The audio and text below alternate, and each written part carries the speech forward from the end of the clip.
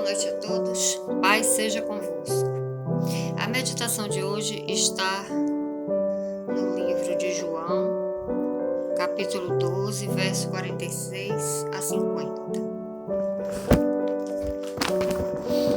Eu vim como luz para o mundo, para que todo aquele que crê em mim não permaneça nas trevas.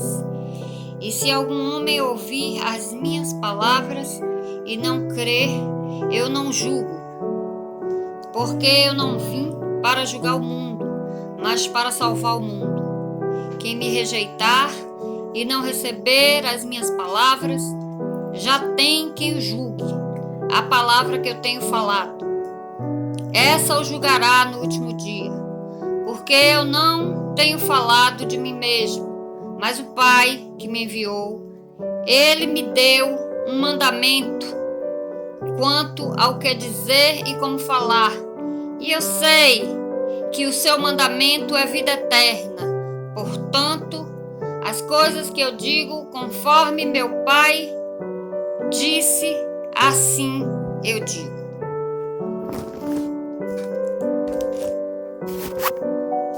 É necessário falarmos a respeito de Jesus Cristo, do Cristo bíblico, o verdadeiro Messias bíblico. Jesus Cristo disse que quem está nele e crê nele não permanece nas trevas. Isto é, não permanece no engano, na mentira, não permanece na desobediência. É isso que o Senhor Jesus Cristo quis dizer. Mas ele não vai julgar.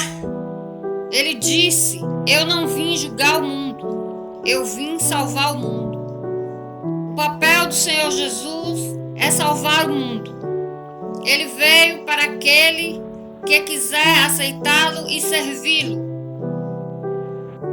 Essa pessoa, se ela aceitar e servi-lo, ela será salva. Mas salva de alguma coisa. Do que será?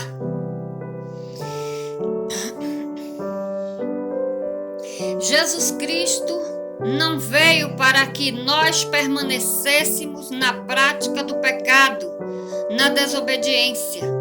Ele não veio para que continuássemos em trevas. Quando verdadeiramente Jesus Cristo entra na vida de uma pessoa, essa pessoa começa a crescer na luz. Ela começa a crescer na verdade, porque Jesus Cristo, ele é o ministro da verdade. Então, aquela pessoa que vivia ali no lamaçal do pecado, lembrando que a Bíblia diz que pecado é a transgressão da lei de Deus, dos 10 mandamentos. Então, todo aquele que peca transgride a lei de Deus, porque o pecado é a transgressão da lei de Deus. Como vimos aqui em João 12, no verso 50, e sei que o seu mandamento é vida eterna, como acabamos de ler. Então, tem religião que convenciona pecado, como nós vemos por aí, doutrinam sobre corte de cabelos, sobre rapa-pernas e etc. Mas, para as Escrituras, o pecado é a transgressão da lei de Deus, e não o que se convencionam o sistema religioso por aí. Jesus advertiu aos seus discípulos quanto ao fermento dos fariseus. Os fariseus ali de sua época. O Senhor Jesus disse que eles coavam mosquito e engoliam camelo e que eram hipócritas. O que é ser hipócrita? hipócrita. O que é ser hipócrita? É quando uma pessoa sabe o que é certo, mas ela inventa algo para se passar por bom, escondendo sua face oculta, para se passar por bom, por verdadeiro. Isso chama-se hipocrisia. E era uma característica que Jesus condenava nos fariseus. Os fariseus, eles eram religiosos judeus. Eles conheciam a verdade. E nós podemos ver isso ali em Mateus 23, quando o Senhor Jesus fala aos seus discípulos, dizendo que na cadeira de Moisés estão sentados escribas e fariseus. Observai, pois, e praticai tudo o que vos disserem, mas não procedeis em conformidade com suas obras, porque dizem e não praticam, pois atam fardos pesados que não podem suportar e põem nos ombros dos homens. E eles mesmo, porém, com um dedo querem mover. Nem sequer com um dedo, porém, eles querem mover os fardos.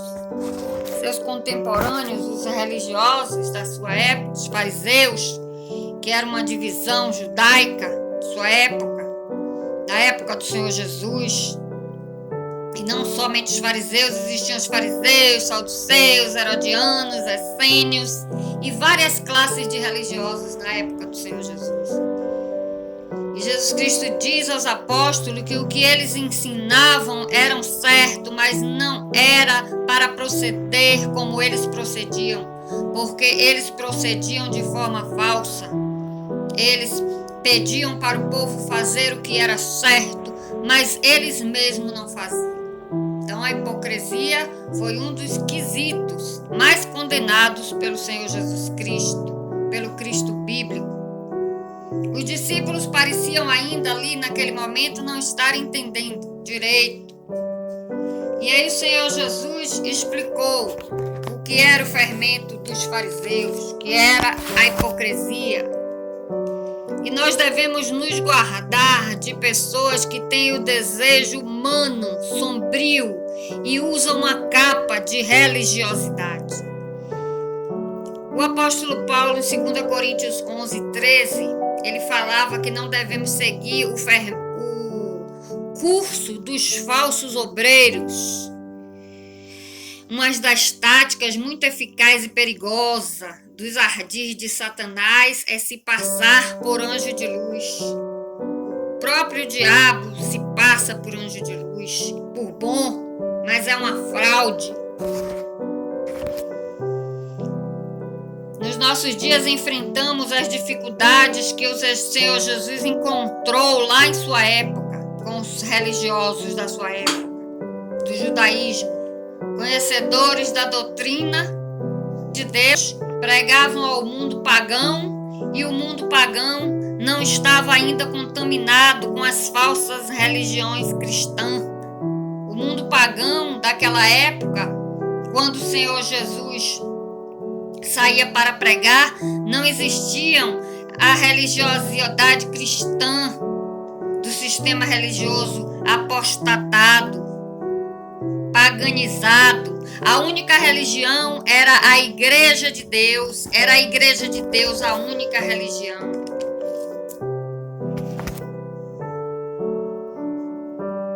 Não existiam pastores, denominações diversas. Então era muito mais fácil pregar naquela época. Era fácil doutrinar, na sã doutrina naquela época. Mas Paulo dizia àqueles pagãos que eles tinham que sair do paganismo, do politeísmo que existia em sua época. Mas não eram cristãos. Hoje nós nos deparamos com as doutrinas paganizadas, politeísmo de 3 deuses, Deus Pai, Deus Filho, Deus Espírito Santo. Nós nos deparamos com imortalidade da alma, desde quando as escrituras diz que quando o homem morre, nada mais se lembra, não sabe de mais nada. Então, ali naquela época não existia, só existia o paganismo, só existiam os fariseus, os religiosos da época e a Igreja de Deus.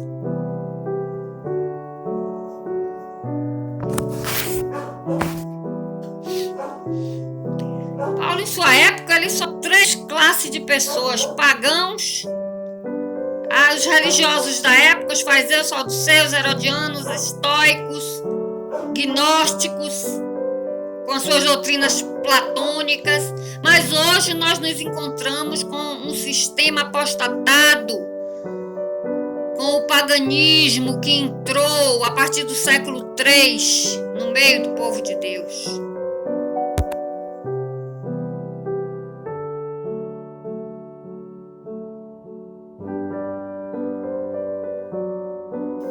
Entrou trazendo todo o misticismo, todos os mistérios de Babilônia. O Sacro Império Romano, ainda na atualidade, eles não negam isso. Eles afirmam terem tido os mistérios de Babilônia, que é a apostasia da igreja, para dentro do cardecismo. Então, eles não negam os livros de teologia. Qualquer livro que qualquer um de nós venha ler sobre teologia sistemática, elementar, vai estar escrito que a cristandade com o Sacro Império Romano trouxe as heresias para o meio do povo de Deus.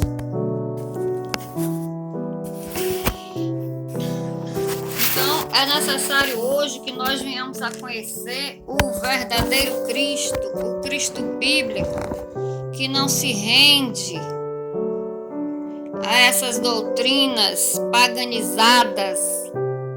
Nós precisamos ter a fé que o Senhor Jesus e os apóstolos tiveram e combater o combate, como diz o apóstolo Paulo, o bom combate, em nome do Senhor Jesus.